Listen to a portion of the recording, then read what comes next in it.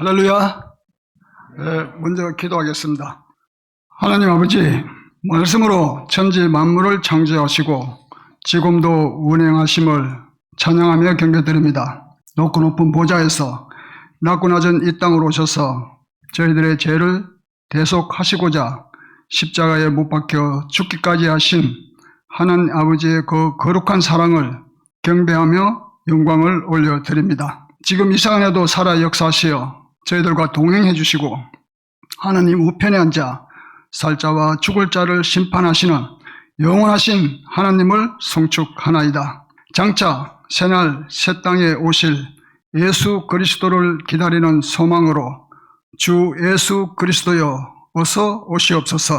하나님 아버지는 저희들의 창조주이시며 반석이시며 피난처이시며 저희들의 삶의 주인이시며 구원자이심을 고백하며 죽도록 충성 봉사하는 저희들이 되겠습니다. 하나님 아버지, 오늘 거룩한 주일 거룩한 예배를 드리게 해주심을 감사드립니다. 이 자리에 자정해 주시고 홀로 영광 받으시옵소서. 이 부족한 저를 통하여 하나님 말씀을 전하게 해주심에 감사드립니다. 저희 입술과 생각을 주장하시어 온전히 하나님 말씀만 잘 전하게 하옵소서. 이 모든 말씀을 우리를 구원해 주신 예수님의 이름으로 기도드립니다. 5월은 가정의 달입니다. 성도님들의 가정의 행복과 평안을 기원합니다. 오늘은 5월 10일 어머니 날입니다. 모든 어머니들을 축하드립니다. 저는 모든 어머님들은 위대하다고 생각합니다. 여기 계신 모든 어머님들 사랑합니다. 우리 수아람 해볼까요? 어머님 사랑합니다. 모든 어머님 사랑합니다. 같이 따라 하셔야죠. 어머님 사랑합니다. 여기 있는 모든 어머님들은 최고입니다. 여기 계신 모든 어머님들은 최고입니다. 오늘 본문 말씀을 보겠습니다. 먼저 마태복음 6장 33절입니다. 다 같이 한 목소리로 읽겠습니다. 시작.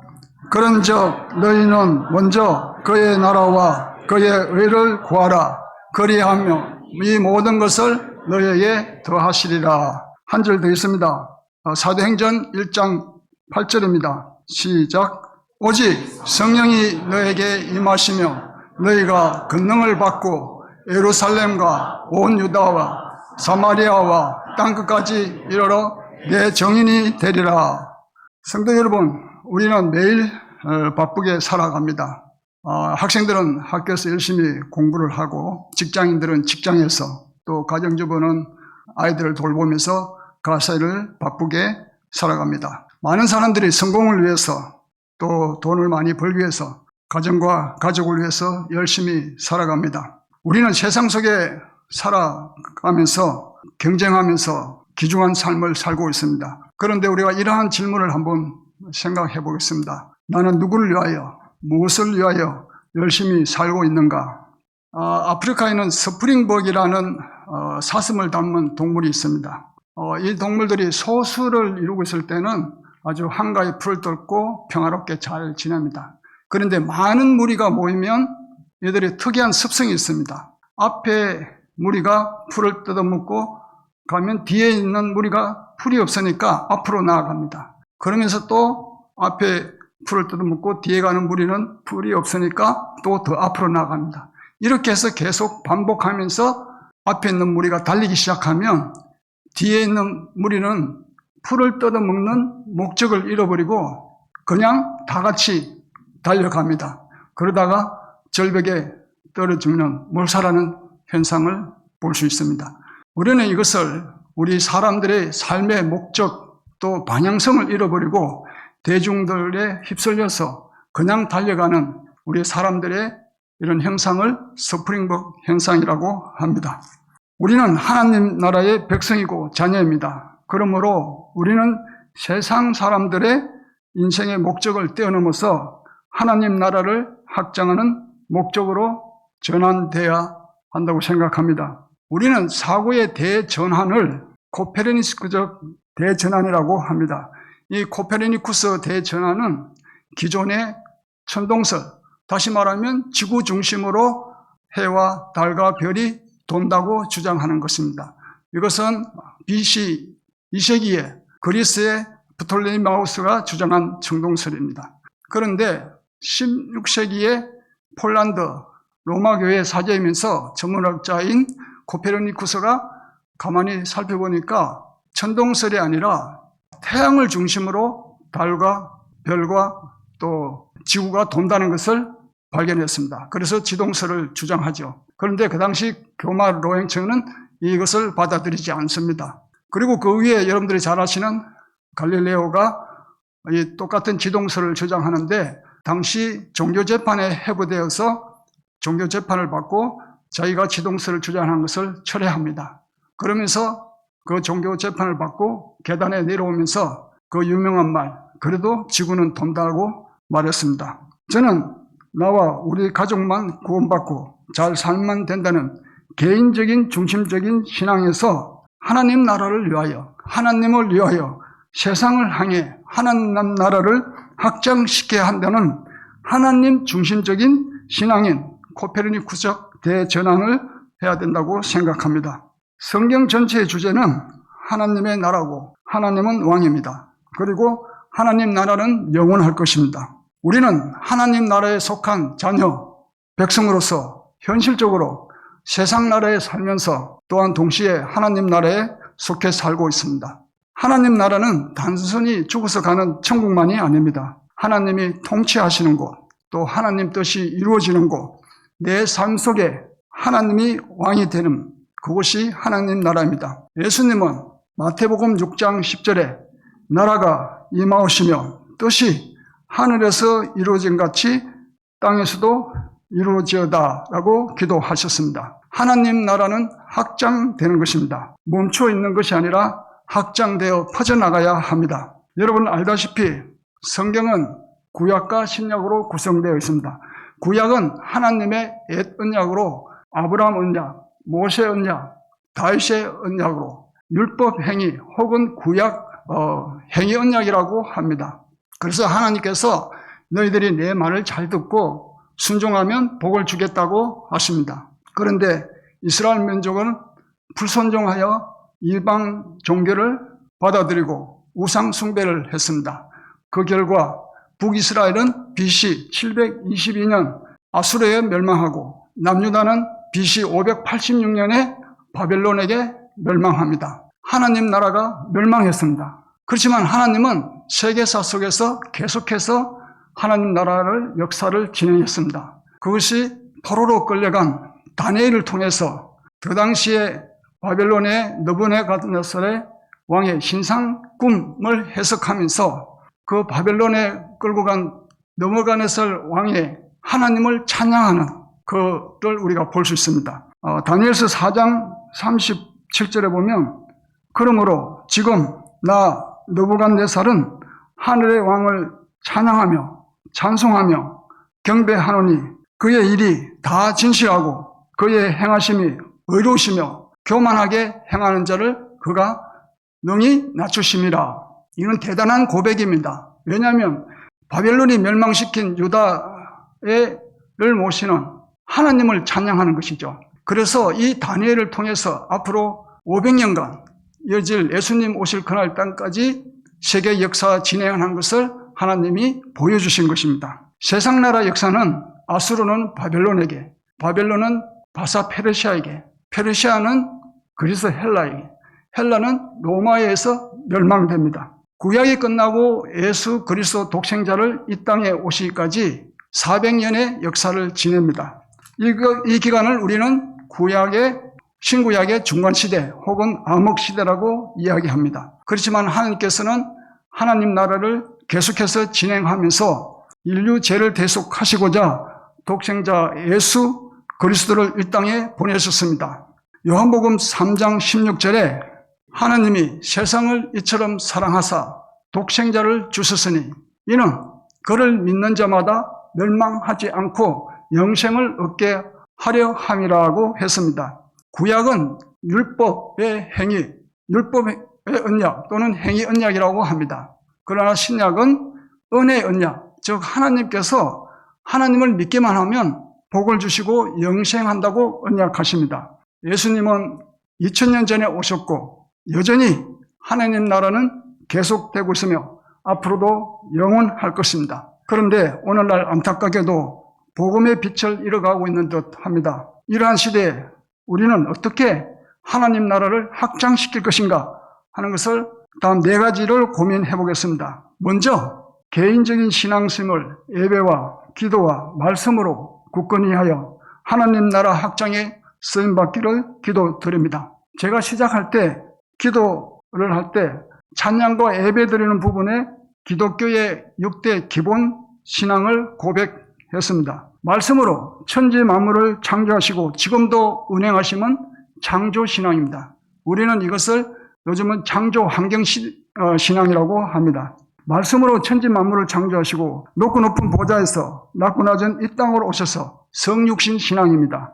저희들의 죄를 대속하자 십자가에 못 박혀 죽기까지 하신 십자가 사랑입니다. 지금도 살아 역사하시어 부활신앙입니다.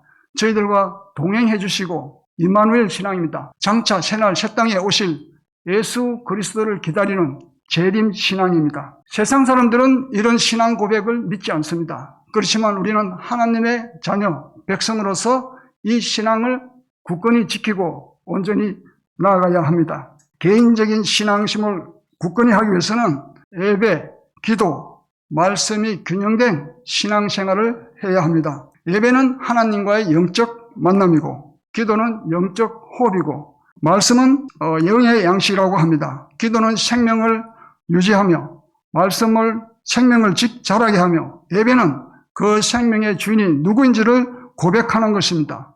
예배는 하나님께 경배하고 섬기는 행위로 영어로 월십이라고 합니다. 이 단어는 가치라는 워스에서 파생된 단어입니다. 그러므로 예배는 하나님을 내 삶의 최고의 가치로 인정함을 고백하는 것입니다. 하나님을 찬양하고 경배드리고 감사와 영광을 드러내는 것입니다. 우리는 대체로 주일 예배는 잘 드립니다. 그렇지만은 개인 기도와 말씀 묵상은 좀 부족한 것이 아닌가 저는 그렇게 생각합니다. 주일 예배는 왜냐하면 시간이 정해져 있어서 잘 지키지만은 개인 기도와 말씀 묵상은 개인 의지로 해야 합니다. 그래서 저는 개인이 가장 잘 할애할 수 있는 시간을 정해서 기도와 말씀 묵상을 섞어놔야 된다고 생각합니다. 그리고 기도와 말씀을 내가 하는 일 중에 최우선을 두고 정해놓고 해야 되는 것입니다. 작년에 저희 아내가 두바이에서 한 학기 강의할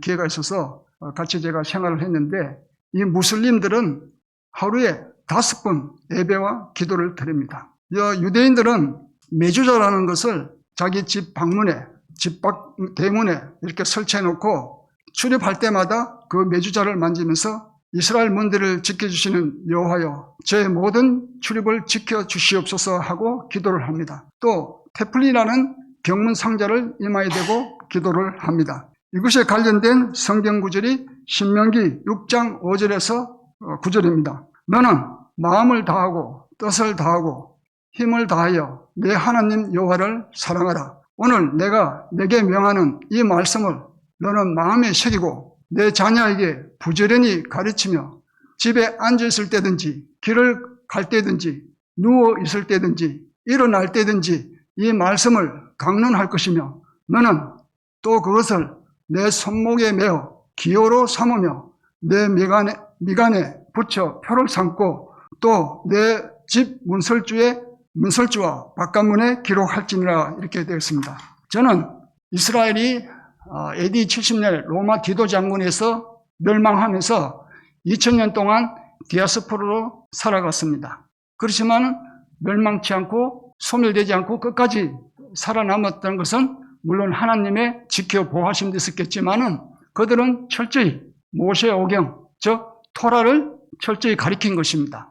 신구약 전체 성경 장수는 1189장입니다. 여러분 하루에 평균 3장을 읽으면 1년 1독을 할 수 있습니다. 6장 읽으면 1년에 2독 할 수 있습니다. 하루에 10장, 평균 1시간입니다. 여러분 4개월에 한 번 읽을 수 있습니다. 헨리 메타 미어저라는 사람이 쓴 성경 핸드북이라는 책에 성경 1독 하는데 78시간 걸린다는 구절이 있습니다. 제가 처음에는 의아해서 정말 그럴까 하고 제가 2017년 1월 1일부터 하루에 10시간씩 성경을 읽기 시작했는데 일주일 만에 일독을 했습니다. 그 이후에도 제가 생각나면 일주일에 일독하기 위해서 읽곤 했습니다. 우리가 빠른 시간에 일독할 수 있는 것은 그만큼 성경을 잘 기억할 수 있고 또 잘 이해가 된다고 생각합니다. 성경을 일독했다고 해서 안 읽는 것은 아닙니다. 계속해서 읽어야 됩니다. 왜냐하면 우리가 읽을 때마다 새로운 느낌, 또 새로운 은혜를 받게 됩니다. 우리가 옛날 영화나 드라마를 보면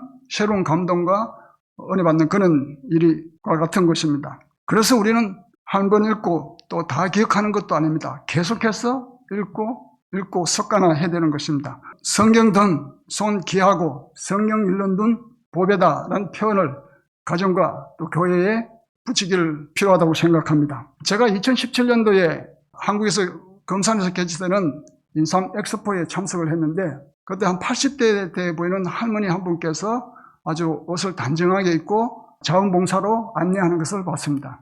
그리고 손님이 없을 때는 의자에 앉아서 성경 읽는 것을 봤습니다. 제가 그때 무릎을 꿇고 할머니 손을 잡으면서 할머니 성경 읽는 것이 재밌으세요? 그러니까 할머니 빙그레 웃으면서 그럼 재밌다 말다 하는 그 모습에 제가 큰 은혜를 받은 적이 있습니다. 저는 성경을 읽지 않으면 아무런 변화가 일어나지 않는다고 생각합니다. 우리는 성경 구절을 통해서 역사를 바꾸고 개인의 삶을 변화시키는 고백을 많이 듣게 됩니다. 마틴 루터는 로마서 1장 17절 복음에는 하나님의 의가 나타나서 믿음에 이르게 하나니 기록된 바 오직 의인은 믿음으로 말미암아 살리라 한 것 같으니라는 구절을 읽고 오직 의인은 믿음이라는 이 구절에 큰 깨달음을 얻고 1517년에 종교개혁을 합니다. 그리고 영국의 청교도 혁명을 일으킨 올리브 크롬웰 의회파 장군은 빌립보서 4장 13절에 내게 능력 주시는 자 안에서 내가 모든 것을 할 수 있느니라 하고 그 혁명에 승리하게 됩니다. 두 번째로 우리는 이런 개인적인 신앙의 굳건함을 넘어 교회 공동체를 통해 하나님 나라를 확장해야 됩니다. 교회다운 교회는 말씀, 교제, 성경 이 세 가지가 균형 있게 이루어져야 합니다. 이 세 가지 균형을 잘 드러내는 책이 요한일서 책입니다. 요한일서 1장 1절에 태초부터 있는 생명의 말씀에 관하여는 우리가 들은 바요, 눈으로 본 바요, 자세히 보고 우리의 손으로 만진 바라 이렇게 되어 있습니다. 요한일서 1장은 생명의 말씀으로 시작합니다. 생명의 말씀이 있는 곳에 아름다운 사귐이 있습니다. 3절에 보면 우리가 보고 들은 바를 너에게 전하면 너희로 우리와 사귐이 있게 하려 함이니 우리의 사귐은 아버지와 그의 아들 예수 그리스도와 더불어 누림이라 이렇게 되어 있습니다.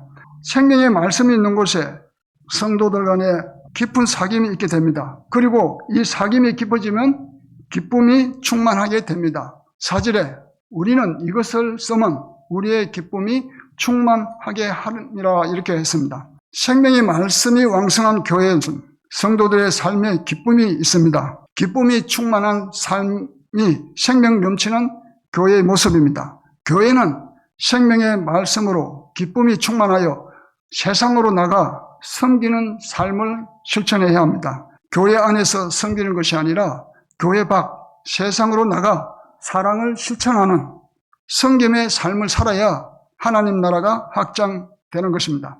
그 다음은 서로 가르치는 교회 공동체가 되어야 합니다. 그래서 저는 평신도 사역이 교회를 든든하게 세우는데 중요한 역할을 한다고 생각합니다.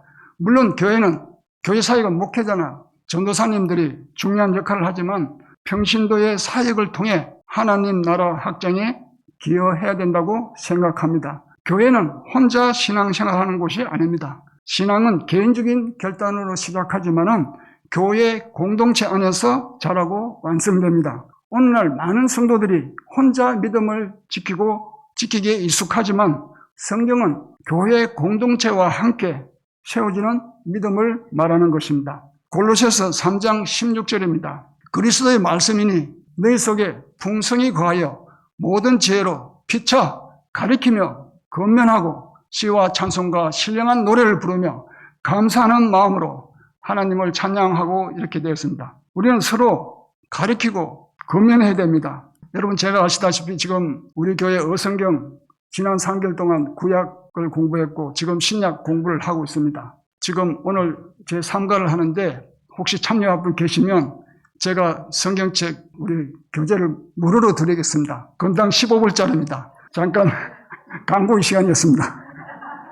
다음에는 서로 권면하는 공동체가 되어야 합니다. 힘든 성도들에게 끝까지 믿음을 지키게 해야 합니다. 교회는 이로만 하는 것이 아니라 서로 믿음으로 붙잡아 주는 곳입니다. 제가 교회 공동체에서 가장 가슴 아프게 생각하는 것은 상처받고 교회를 떠나는 성도를 볼 때입니다. 물론 우리가 교회에서 성도들 간에 교제하면서 다툼일 수 있고 상처받을 수도 있고 그렇습니다. 그렇지만 우리는 화해하고 용서하고 권면하여 실족하지 않게 해야 되는 것입니다. 사도행전 2장 44절에서 47절은 초대교회의 아름다운 하나님 나라 확장에 쓰임받는 성도들의 모습을 볼 수 있습니다. 믿는 사람마다 다 함께해서 모든 물건을 서로 통용하고 또 재산과 소유를 팔아 각 사람의 필요에 따라 나눠주며 날마다 마음을 같이하여 성전의 모기를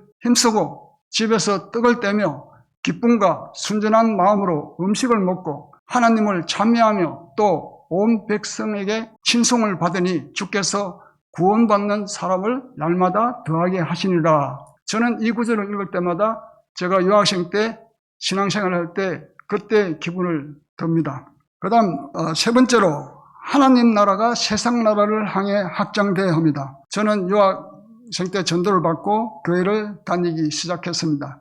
몇 달 지나서 제가 성경책을 읽어야 되겠다 생각하고 신약부터 읽기 시작했습니다. 그때 제가 은혜 받은 구절이 마태복음 5장 13절 16절입니다. 너희는 세상의 소금이니 소금이 만일 그 맛을 잃으면 무엇으로 짜게 하리요? 후에는 아무 쓸데없어 밖에 버려질 사람에게 밟힐 뿐이다. 너희는 세상의 빛이라 산 위에 있는 동네가 숨겨지지 못할 것이요 사람이 등불을 켜서 말 아래 두지 아니하고 등경 위에 두나니 이러므로 집안 모든 사람에게 비치느니라. 이같이 너희 빛이 사람 앞에 비치게 하여 그들로 너희 착한 행실을 보고 하늘에 계신 너희 아버지께 영광을 돌리게 하라입니다. 저는 그때 이 성경 구절을 읽을 때 이 성경 구절이 입체적으로 떠오르는 것을 보았습니다. 그래서 제가 큰 감동을 받고 빨간 볼펜으로 밑줄을 그었던 기억이 납니다. 그로부터 이 구절은 제 삶의 모토가 되었고 삶의 지침이 되었습니다. 나는 세상의 소금과 빛이 되었다고 생각했습니다. 그런데 이 구절이 왜 입체적으로 떠오르고 저에게 감동을 주고 빨간 펜으로 밑줄을 그었을까요? 너희의 착한 행실을 보고 하늘에 계신 너희 아버지께 영광을 돌리라, 이런 구절입니다. 아, 역시 하나님의 백성들은 다르구나 하고 칭찬을 받아야 하는데 거룩한 삶의 본이 되지 않으니까 오히려 비판을 받는 것입니다. 우리가 거룩하다는 의미는 무엇입니까? 이 유대인들은 정확한 정의를 갖고 있습니다. 첫 번째, 정결하다는 것입니다. 그들은 기도할 때 손을 깨끗이 씻고 기도하면 하나님께서 제 기도를 잘 들어준다고 생각합니다. 두 번째 의미는 구별되다는 것입니다. 그래서 유대인들은 다른 이방인들과 다른 옷을 입고 다른 행동을 하는 것입니다. 우리도 교회에서는 거룩하게 생각하고 거룩하게 행동을 합니다. 그러나 세상에 들어가서 섞여 살 때는 세상 사람들과 구별되지 않는다는 것입니다. 좀 더 희생하고 양보하고 겸손하고 친절하고 배려를 해야 되는데 그렇지 않고 세상 사람들이 추구하는 것과 구별되지 않으니 비판을 받는 것입니다. 성경에서 봉사와 섬김은 교회를 위해 여러 가지 일을 하지만 더 큰 의미는 세상을 향해 섬기고 봉사하라는 것입니다. 제가 섬기는 한국 교회에서는 한 달에 2번 교회 이웃을 위해 우리가 청소도 하고 길거리 청소도 하고 또 어려운 가정에 반찬 봉사도 하면서 금일봉을 전달합니다. 이 작은 실천이지만은 세상 나라를 위해 빛과 소금 역할을 한다고 생각합니다. 네 번째, 더 나아가서 땅끝까지 이르러 하나님 나라를 확장시켜야 합니다. 하나님 나라의 핵심은 확장입니다. 하나님 나라는 정체된 왕국이 아니라 확장되는 나라입니다. 예수님의 이 땅에 오신 목적도 개인 구원이 아니라 하나님 나라를 이 땅에 가운데 드러내는 것입니다. 복음은 나만 잘 되는 이야기가 아닙니다. 하나님 나라가 확장되는 것입니다. 하나님 나라는 사람을 통해서 확장되는 것입니다. 하나님은 아브라함을 불러서 민족을 이루게 하고 하나님 나라 시작하고 큰 민족을 이루게 했습니다. 모세를 불러서 고통받는 이스라엘 민족을 출애굽하여 구원하였습니다. 다윗을 통해서 하나님 나라가 확장되었습니다. 하나님께서는 예수 그리스도를 이 땅에 보내셔서 저희들의 죄를 대속하시고자 십자가에 죽기까지 하셨습니다.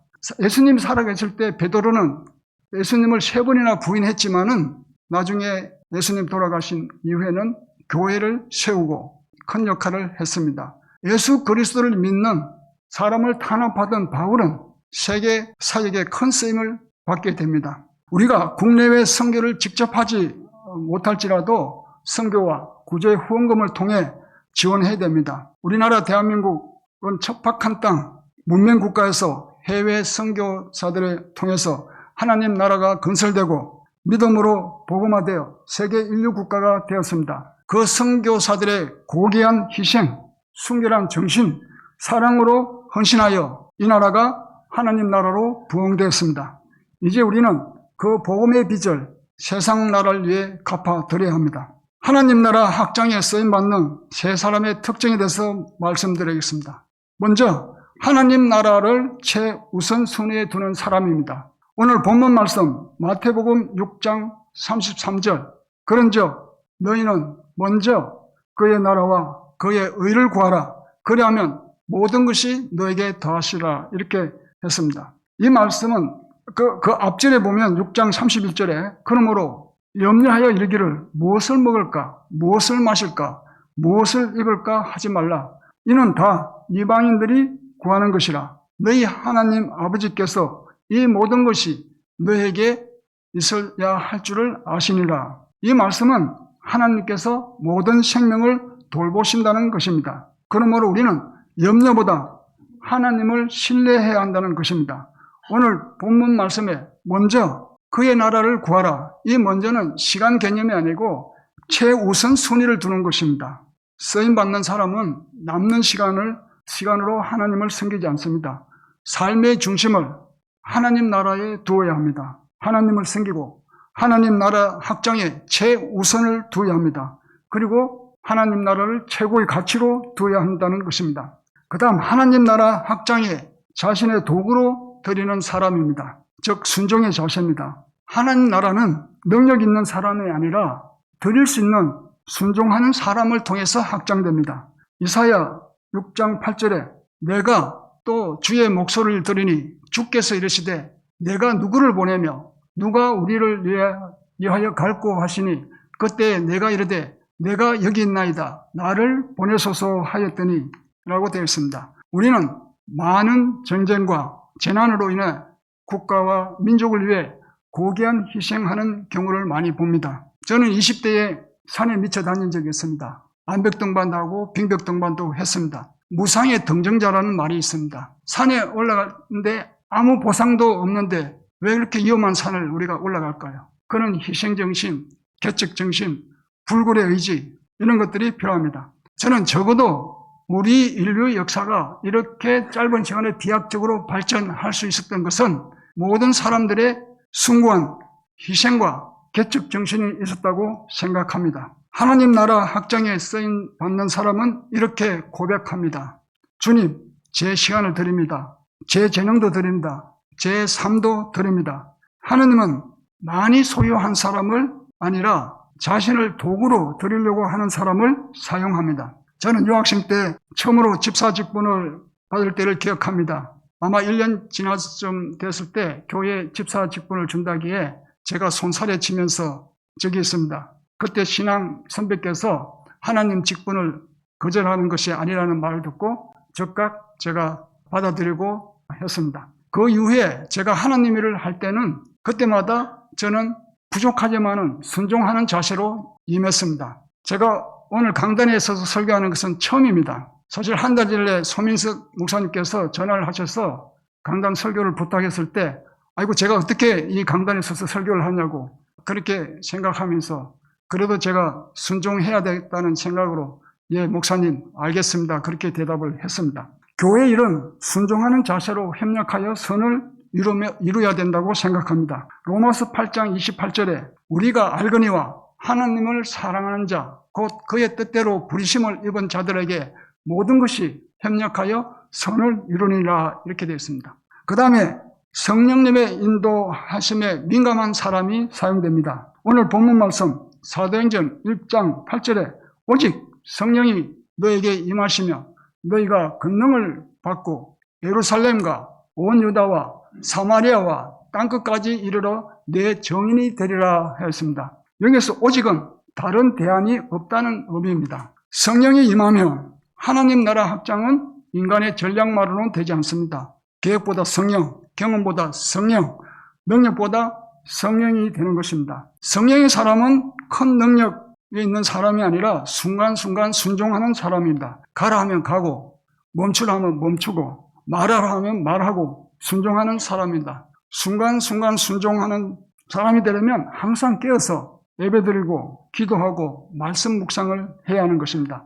그래야 성령이 임하는 것입니다. 성령이 임하시면 아주 감사하고 기쁨이 넘치고 은혜의 강물이 흐릅니다. 그 다음에 권능을 받고 이 권능은 헬라어로 두나미스라는 뜻입니다. 이 단어는 단순한 힘이 아니라 하나님의 능력, 권세, 기적을 일으키는 능력을 포함합니다. 복음은 단순한 말이 아니라 사람을 변화시키는 폭발적인 능력이 있습니다. 이 두나미스에서 파생된 영어 단어가 다이나믹스입니다. 하나님 나라 확장은 특별한 무대에서만 이루어지는 것이 아닙니다.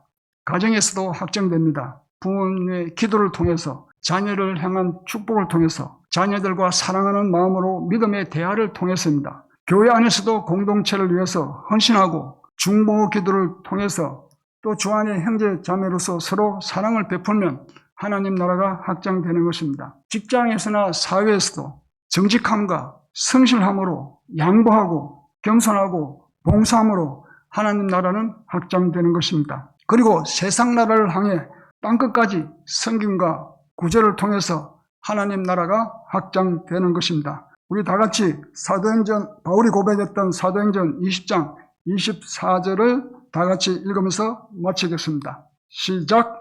내가 달려갈 길과 주 예수께 받은 사명 곧 하나님의 은혜와 복음을 전하는 일을 마치려 하면은 나의 생명조차 조금도 귀하지 않으라. 감사합니다.